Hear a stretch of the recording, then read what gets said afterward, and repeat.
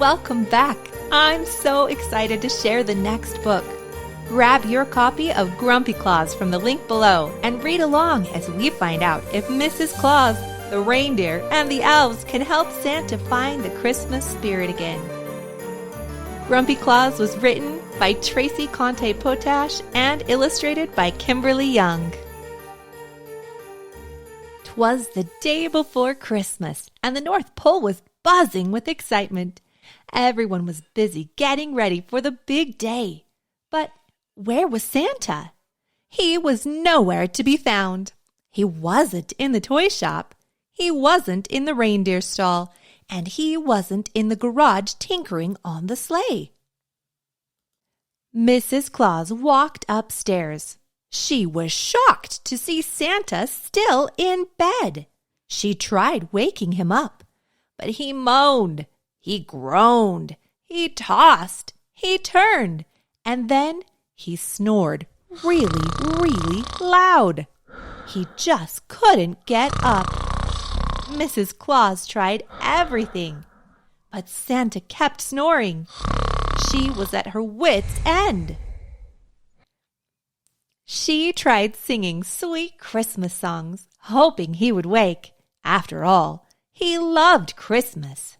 Suddenly, the snoring stopped.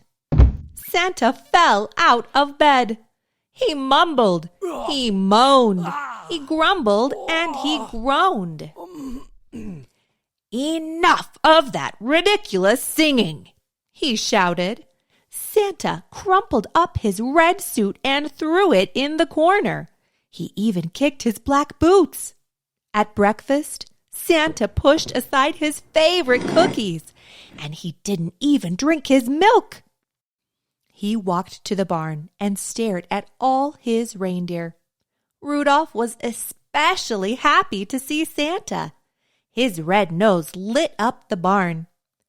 "Stop blinking that blasted red light. It's giving me a headache." Santa left in a huff and stomped over to the toy shop. He looked carefully at all the toys. He shook his head back and forth. With a shout, he scoffed, "No, no, no! These are all wrong." Santa was no-no-knowing instead of ho-ho-hoing. Santa pointed his finger and shouted, "There will be no more Christmas." Mrs. Claus gasped. The elves fainted and Rudolph's nose would not stop blinking. Santa Claus was now Grumpy Claus. "Time for a family meeting," whispered Mrs. Claus. The reindeer and all the elves gathered together. "I think Santa got up on the wrong side of the bed," sighed Mrs. Claus.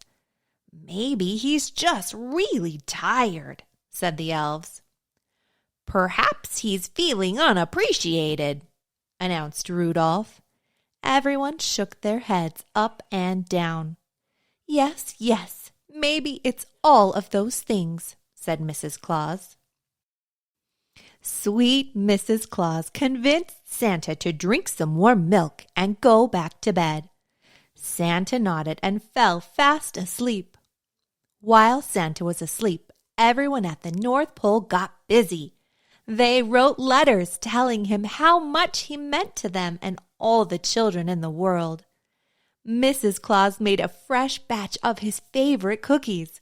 She cleaned his famous red suit, shined up his black boots, and polished his gold buckle.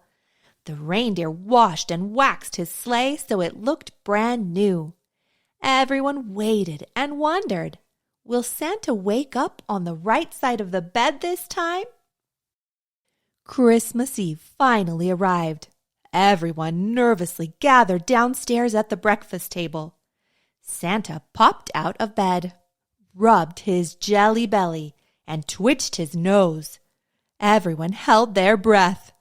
Was he going to no, or ho? He walked down the steps and saw all the letters hanging up, his favorite cookies piled on the plate, his shiny sled filled with pretty packages, and his favorite red suit.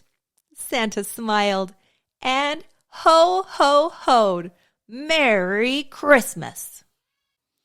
Everyone cheered. Santa munched his favorite cookies and gulped his milk.